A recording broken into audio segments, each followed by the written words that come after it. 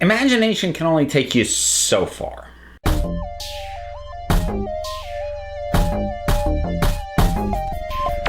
So what I'm going to talk about here, I had actually considered doing this specifically as a Doctor Who centered video, because these are thoughts that I've had about Chris Chibnall being the showrunner for a female Doctor. And I thought about just focusing in on that, but I kind of want to talk about it in broader strokes in general, on a more philosophical level than just sort of hammering in on this one thing. And I want to talk about when writers write outside of their experience. And the reason my initial thoughts were to talk Doctor Who is because we obviously now have a female Doctor. And I had found myself wondering, you know, the idea of a female Doctor was one that I was initially very skeptical of. And I'm not worried about that inherently anymore. I mean, I still have my worries about a new series, because I would be worried about any new actor with a new showrunner coming in. So, but I did find myself wondering, when the time came to do a female Doctor, would it have been a better idea to have a female showrunner, a female head writer? Because when people write outside of their own core experience, things can sometimes go awry. Now, before I get into some examples of what I'm talking about, let me begin by saying that I am not laying out some kind of thing where, like, you can only write what you know. If you don't have a first-hand experience, you can't write about it. I would never tell any writer of any format, whether it be television, books, comic books, movies, whatever, that they can't write a certain kind of character. Of course you can. Anybody can take a crack at writing anything. I do believe that. But there are certain pitfalls and certain traps that I see come up repeatedly when people attempt to write a character that is distinctly unlike themselves and their experience. So obviously the idea of men writing female characters, and of, you know, white people writing black people, and, you know, cisgender people writing trans characters, anything like that. And again, this is not a case of like every time somebody steps outside their experience they get it wrong. No, there are a ton of instances of, you know, men writing women extremely well, of white people writing black characters extremely well, black writers writing white characters extremely well, black writers writing white characters extremely well. But going through these is making my tongue just fail me. But you get what I'm saying. Like, there are tons of instances of this working, so don't at me all the times that this works. I just want to talk about the pitfalls that happen, and that and when I try to point these out, I do sometimes get pushback of like, oh, are you saying you can't write it? No, write whatever you want, but when something is outside of your experience, that should be done with a little bit more care, and ideally a little bit more research. So some of the things that come to mind. The podcast that I do with my partner Liz, now called Tough Like a Girl. We had to rename it for a very stupid reason. But we covered Thor, Goddess of Thunder, the first collected trade volume of that. And it was good. Actually, it's quite good. But there is something that happens, and I think the actual issue it happened in was 5? It was 4 or 5? I think it was 5. Where the new Thor, who's now a woman, confronts the Absorbing Man and Titania. And it's an okay action beat, but there are bits of it that are really, really cringy. Because, well, for a couple things, the writer decided to turn Absorbing Man into a straw man for people who were criticizing the idea of a female Thor in the first place, which is a bit of a cheap go at people.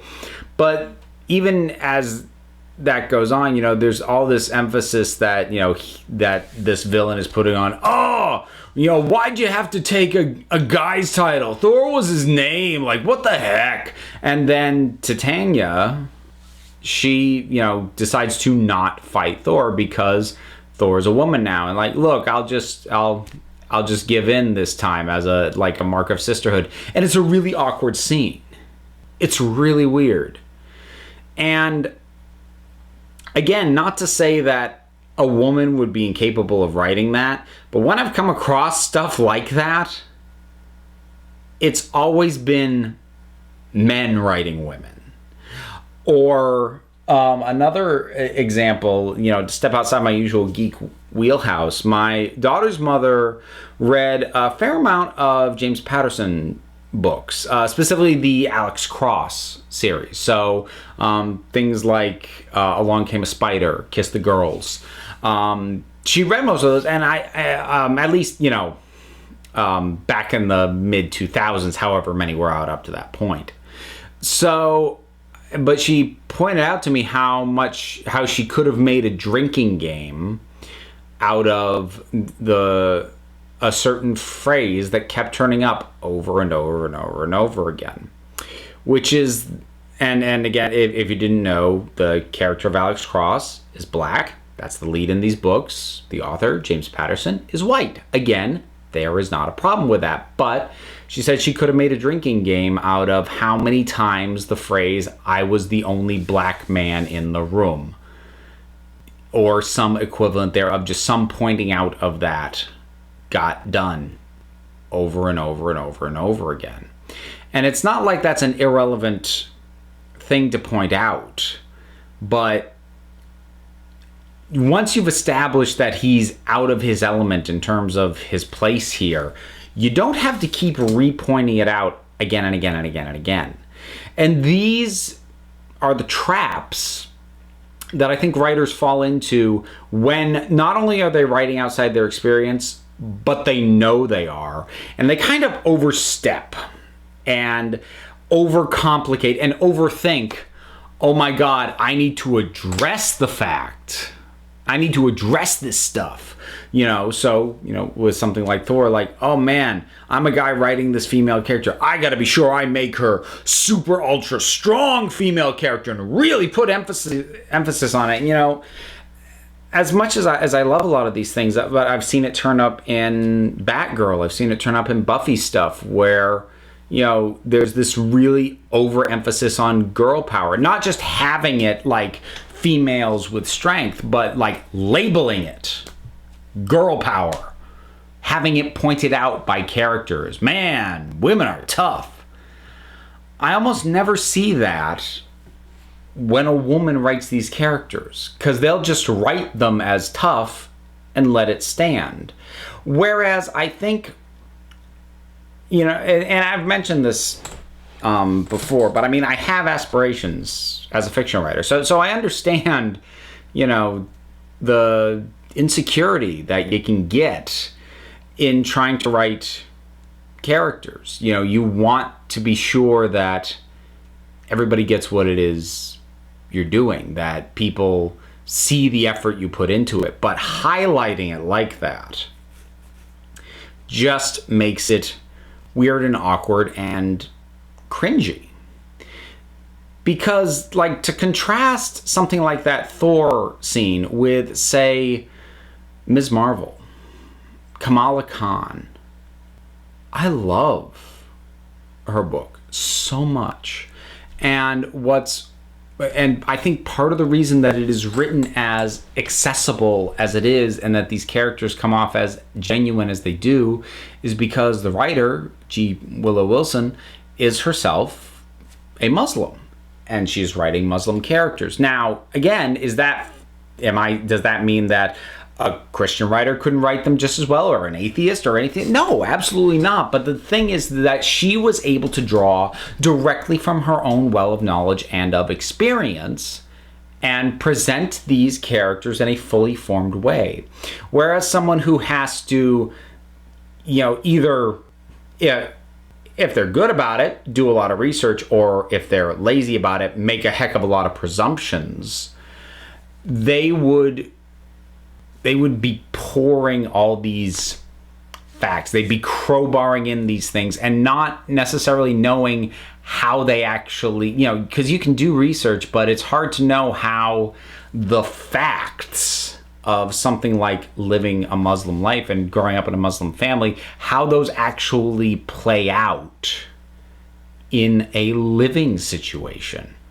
I mean, you can look up the practices or whatever, you can drop your references to them, and if you overdo it, really highlight that you put them in there, but integrating them into a natural flow where it just feels like an element of the characters, that is much easier to do when you write what you know and you write characters with backgrounds similar to yours. Now, again, that is not me saying that people should not be writing outside your experience. You absolutely should. But I think it's just very typical for a writer, any writer of any background, religion, gender, sexuality, to just overdo trying to encapsulate that experience, and then it just comes across as artificial and forced and wooden. And to bring it back to Doctor Who again, that has been part of my worry, that will a man writing the Doctor as a woman put more emphasis on that fact than an actual woman would? And I don't know if this will be the case with Chris Chibnall. I certainly hope not, but my inclination from my reading and viewing experience is that, yeah, probably. That I think it is more likely that a male writer will highlight the fact that she's a woman, whereas I think it is more likely that a female head writer would simply have her be a woman and let it speak for itself.